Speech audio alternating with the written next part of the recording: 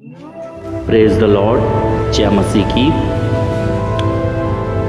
आप लोगों ने कभी ये सोचा है कि परमेश्वर हमारी प्रार्थनाओं का उत्तर क्यों नहीं देता है, जबकि हम परमेश्वर की सारी बातों पर सही रीति से चल रहे होते हैं।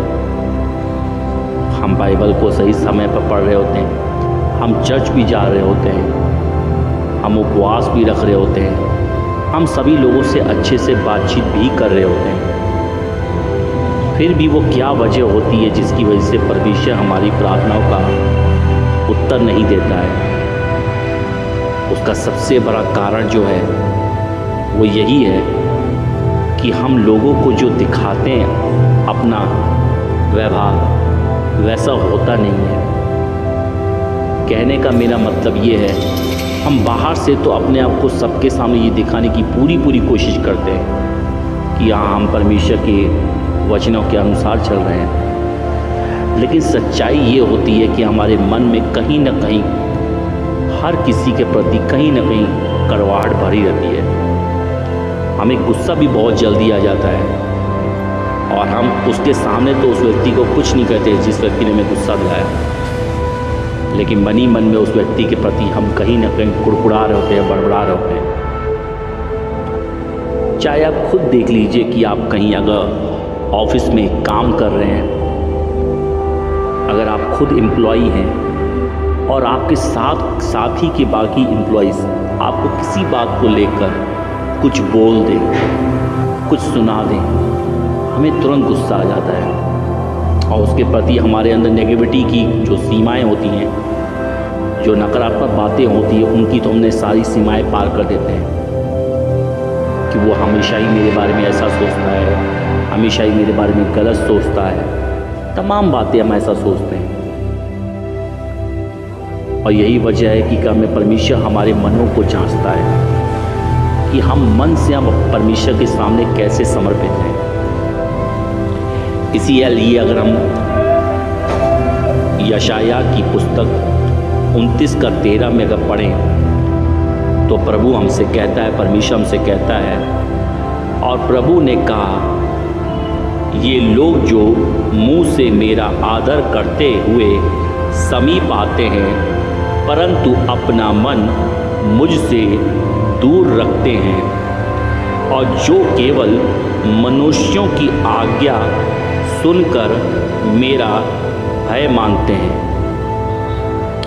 कहने का मतलब है कि जो परमेश्वर ने कहा कि मनुष्यों की आज्ञा को सुनकर मेरा भय मानते हैं, यानी कि कहने का मतलब है कि अगर जब तक उससे कोई मनुष्य न आके कहे कि अगर अरे तुमने ये गलत काम किया है, सोचो परमेश्वर तुम्हारे बारे में क्या सोचेगा, तुम्हें क्या इसका दंड मिलेगा, सोचा है तुमने, तब उस समय वो भय मानते हैं। मतलब अंदर में गहराई में अगर झांक के देखो तो उनको अगर आके कोई न टोके अगर, तो उनके अंदर कोई डर नहीं होता है।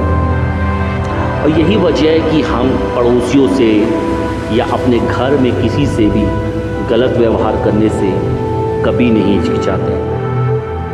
हम बाहर से तो काम है उनके साथ बहुत अच्छे से चलने की कोशिश करते हैं। यदि हमें हमारा पड़ोसी अगर हमें आके कुछ कह जाए तो हम उसे मुस्कुरा के जवाब तो दे देते हैं, लेकिन अंदर घर में घुसते ही हम उसी पड़ोसी के प्रति कहीं ना कहीं कुड़कुड़ा रहे होते हैं और बड़बड़ा रहे होते हैं।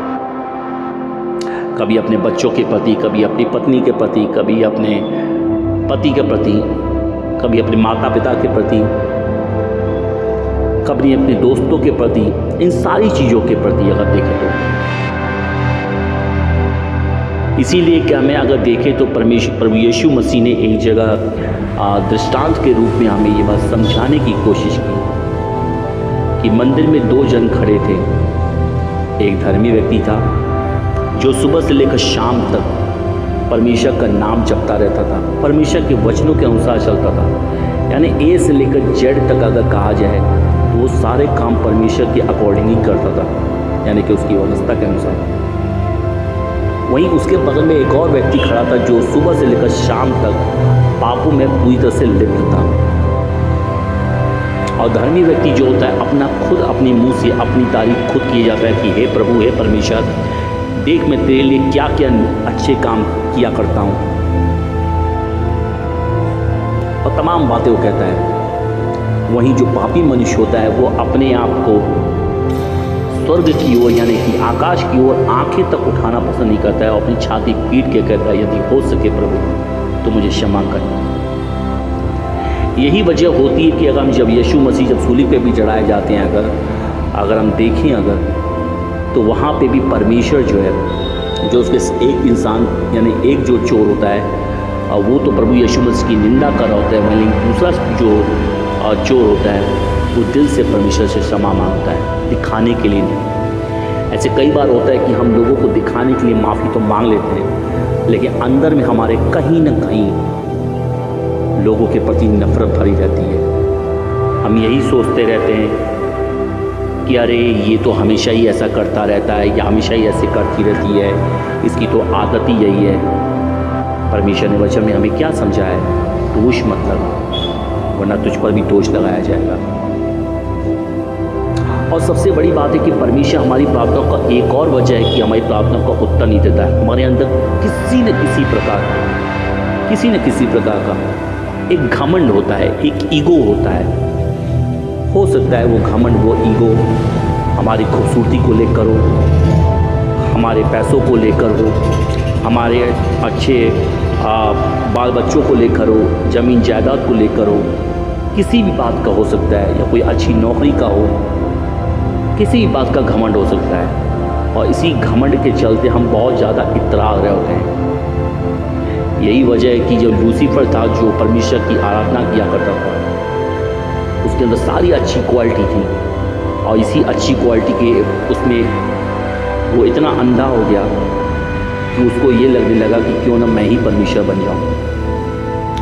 लेकिन इंसानों में ऐसा नहीं होता है। इंसानों में ये होता है, हम इंसानों में ये होता है कि हम अपने आप को परमेश्वर के तुल्य तो नहीं बना सकते हैं, लेकिन हाँ ये ज़रूर है कि हम इंसानों के सामने अपने आप को ज़्यादा बेहतर बताने की कोशिश करते हैं कि नहीं मैं तो ज़्यादा बेस्ट हूँ, वो मैं ज़्यादा अच्छा हूँ और वो कम अच्छा है। मैं ज़्यादा मसीहत में अच्छा चल रहा हूँ, वो ज़्यादा कम मसीहत में चल रहा है। परमेश्वर ऐसों बातों से कभी प्रसन्न नहीं होता है। इसीलिए परमेश्वर ने फरीसियों को भी हमेशा फटकार लगाई कि तुम जो सुबह से लेकर जो करते हो काम, हाय है तुम पर जो हर किसी पर तुम दोष लगाते रहते हो। ये फरीसी लोग जो होते थे यानी जो बड़े बड़े विद्वान होते थे वो लोग, वो अपने आप को ज़्यादा सही साबित करने की कोशिश में लगे रहते थे और यही चीज़ आज भी हम इंसानों में है।